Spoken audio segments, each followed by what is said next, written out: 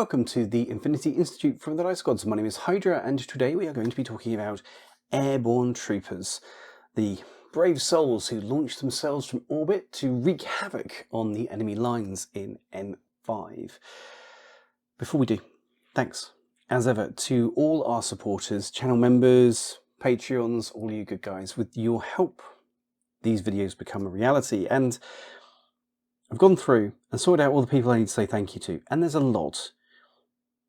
So, at the top of tiers now, all of a sudden, we have Chris Sexton, Mr. Cheshire, Jim Calhoun, we have Mike Rowan, we have Robert Foster, we have Sean Colburn, David B, David Dirks, Jean Dean, Lindsay Stussy, we have Morgie, we have Sam, we have Stranger Tractor, Tom Lee, Colin, Auxilla, Robin Van Diem, Riddick Wolf, Kaz, Chaos Discordia, and Joe Rogers.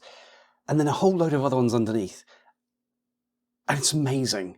Thank you so much. It's helping immensely for me to get more and more stuff out. So it really, really does help. So thank you all so much. If you haven't already, please consider joining, because these videos are longer. So this one as well, there's a whole chunk at the end with a whole load of really useful information that only members get and only Patreons get. So if you want that, if you want the whole thing, airborne deployment is a thing for you, you should be watching the members version, not the basic version.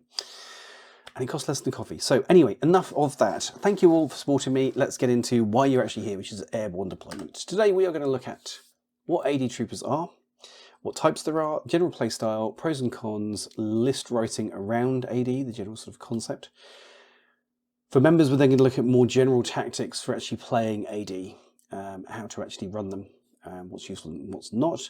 Some example of lists, so how you can structure a list around airborne deployment. Now, unlike previous videos where we've actually done, here is a list which is good for X.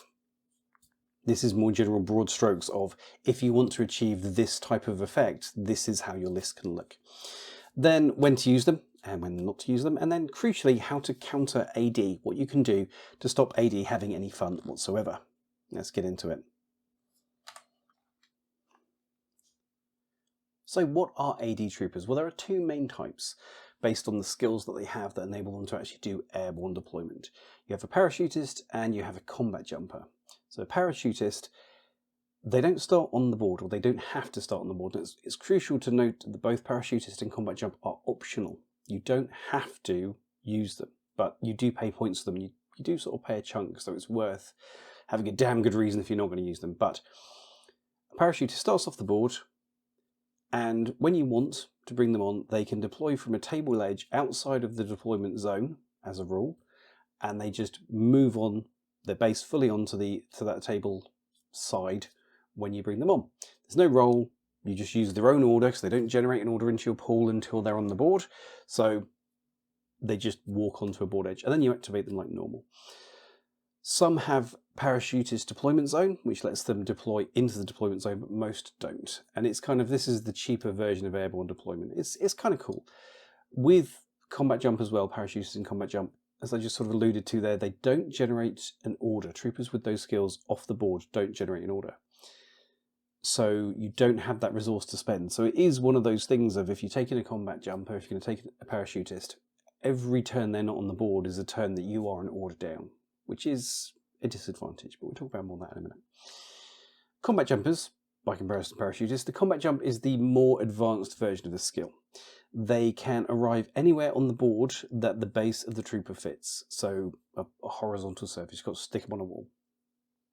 So if you have a roof, you can place your trooper on there, you make a phys roll, pH roll, and if you succeed, they land where you place them. If you fail, crucially, they end up in your deployment zone in base to base with the board edge, effectively. So if they don't land it, it does kind of suck.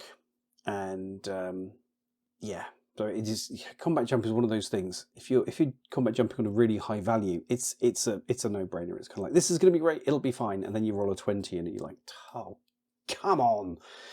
But when it gets off, which is a lot of the time, it is genius. And there are things we can do to help our combat jumpers to get where they need to be. So, those are our two types, parachutists and combat jumpers. What can you use AD for? Well, the first and foremost obvious thing is as an alpha strike. you make a trooper with a big gun appear somewhere and you go bird. That's the whole, that's the shtick, that's the whole thing. There are certain units which are really, really good at this inside of the game, and there are other ones which are less good at this inside of the game. But it is never nice to have a big gun appear in your sort of back flank when you weren't expecting it. It's not a pleasant experience at all.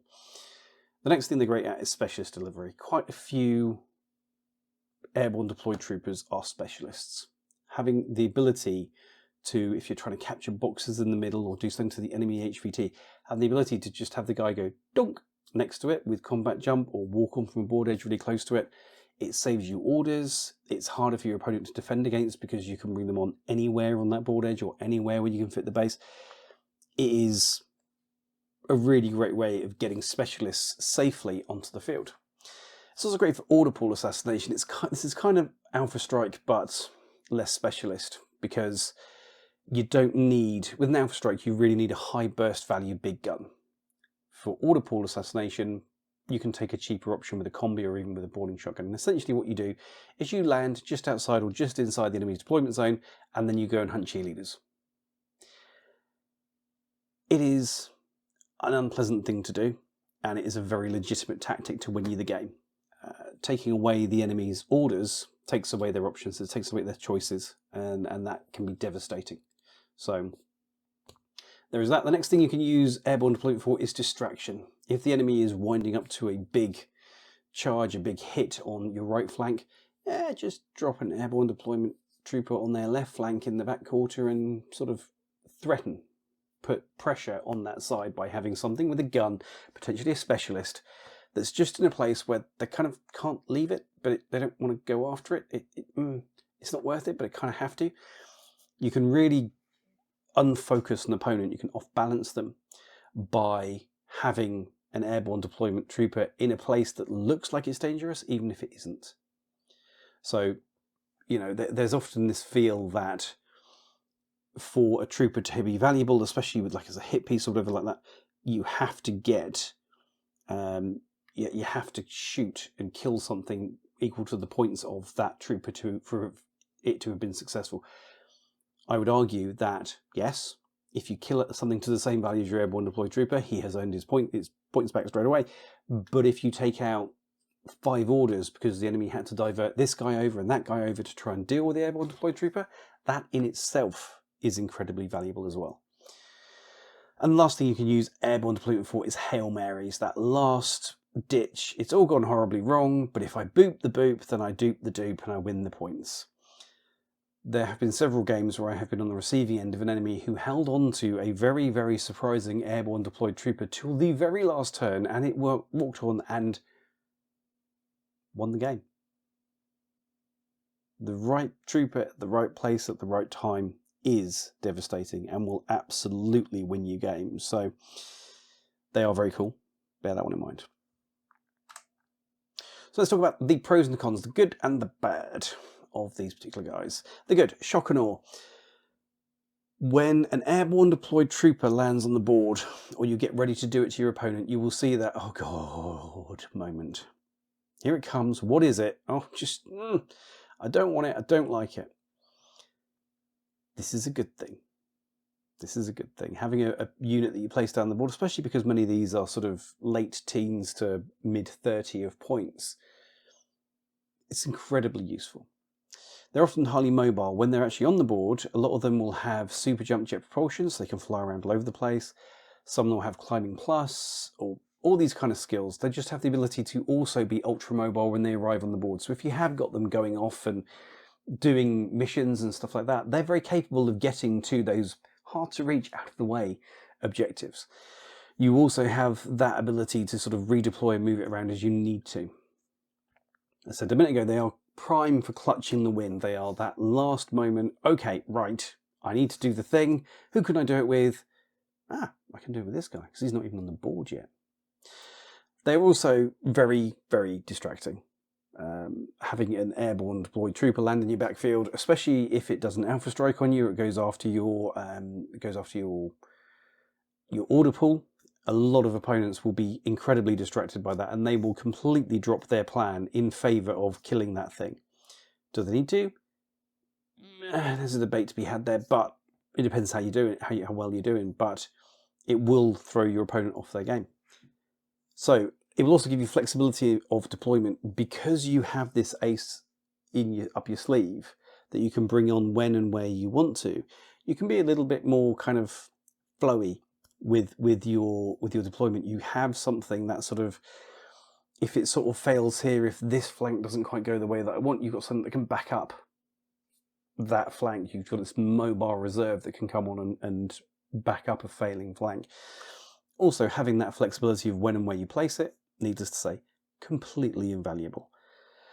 On the bad side, you're going to spend a lot of points for an airborne deployed trooper, and you'll start the game without an order. If you don't sort of just place it on the board, which some arguably should go on the board at the start of the game, and I'll get into that today, but there are some that should, you're not going to get an order for it. If it's doing its job, you are an order down at the start of the game. If your opponent then slaps you by taking away another set of orders with a command token because you're going first, you can find yourself getting sort of order starved quite quickly. You can also find that because it operates alone, it can get cut off. And if you're in a position where your last big gun is on an airborne deployed trooper, you do not want it surrounded by enemies in the sort of your reactive phase. So there can be a risk in sticking something that can be quite an expensive trooper on its own by necessity, because that's where you get the best value of it, just to get it shot up or just to get it sort of isolated and left out of the way. Bad placement is a dead airborne deployment. There is a skill to knowing the where and the when of deployment for airborne deployment. It's not, which ties into easy to get wrong. These two things, it's so incredibly important where you place it, it's so incredibly important how you place it, and then how you subsequently use it. A good enemy will, by dint of the way they play the game, limit the options for an airborne deployed trooper to come down. And if they do come down in even slightly the wrong place, you'll get punished for it.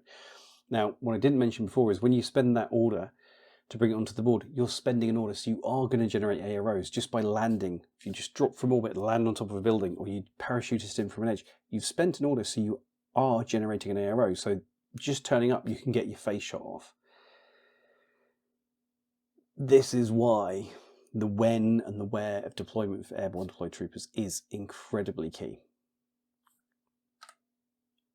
So, general tips and tricks for adding airborne deployment to your lists. Don't spam AD. There is the temptation. Some armies, we talked about one of the recent faction focus, Corregidor, they can have an obscene volume of airborne deployed troopers. Every airborne deployed trooper you bring is an order that you don't have at the start of the game. That's it. It's simple as that. You are going to be limiting your tactical options by taking AD until they're on the board. Have a backup plan. If your only specialist of a certain type is an airborne deployed trooper, and the airborne deployed trooper gets blindsided by a hidden deployed trooper, or you miss something and end up landing on a mine, I've seen that done as well, or this kind of thing, just have something that can fail over. An airborne deployed trooper is a risk-reward equation. And if you're going to use it to get its points back, you're going to use it aggressively, you're going to use it in high-risk situations, and that, needless to say, can lead to a high mortality rate with your airborne deployed troopers, so have a backup plan. Also have a plan to support them. If your airborne deployed trooper is doing well, what can you do to help them? Can you, before they come on the board actually, can you clear out ARO pieces? Can you target things that are going to be good at ruining their day? Is there a way you can increase the success of that airborne deployed trooper before it lands on the table? Next, give them orders. Yes, they are going to generate their own order, but when they're down on the table, if you bring them in on the enemy deployment zone and they're in a combat group with 2 other troopers, so they have 3 orders to spend in total, they're not going to get much done. If you have a mission for your airborne deployed trooper, make sure you feed it with orders, make sure it has options to go and do what it needs to do. And next we'll consider getting an Evo hacker. An Evo hacker, there's pretty much one per army. I think that's pretty much, I think there is one per army. An Evo hacker is a remote hacker, and they come with something called Control Jump, and Control Jump gives +3 to all PH rolls, Phys rolls for Combat Jump. So if you've got Combat Jumpers and you want to get them accurately down, spending an order to switch on Control Jump is incredibly useful. It also gives -3 to the enemy as well. So if they've got Combat Jump troopers, then it's going to ruin their day as well. But most importantly, from your perspective, if you have a trooper that is landing on a 12 or 13, suddenly they're rolling a 15 or a 16. You've got an increased chance, and it's worth it. It is worth it if you absolutely need to get that guy in the right place. Right, this next section is for channel members. So folks on the free side of YouTube, I will see you all in a minute. But members, step this way and let's go deeper into Airborne Troopers. And that's it. That is the basic primer for Airborne deployed troopers. That is everything you kind of need to know to get going. A lot of the stuff from here is kind of taking the troopers on the board and trying them, or facing an enemy that does use Airborne deployed troopers, and seeing how different tactics and different deployment styles can deal with them. But do please like, share and subscribe this. Get the good word of the Dice Gods out there. As I say, if you haven't already, do please consider joining our memberships or our Patreons. And if you have a story of AD, either a massive story of victory or a terrible story of woe, please whack it in the comments below. We will laugh, cry and raise a glass to your victors or your lost troopers accordingly.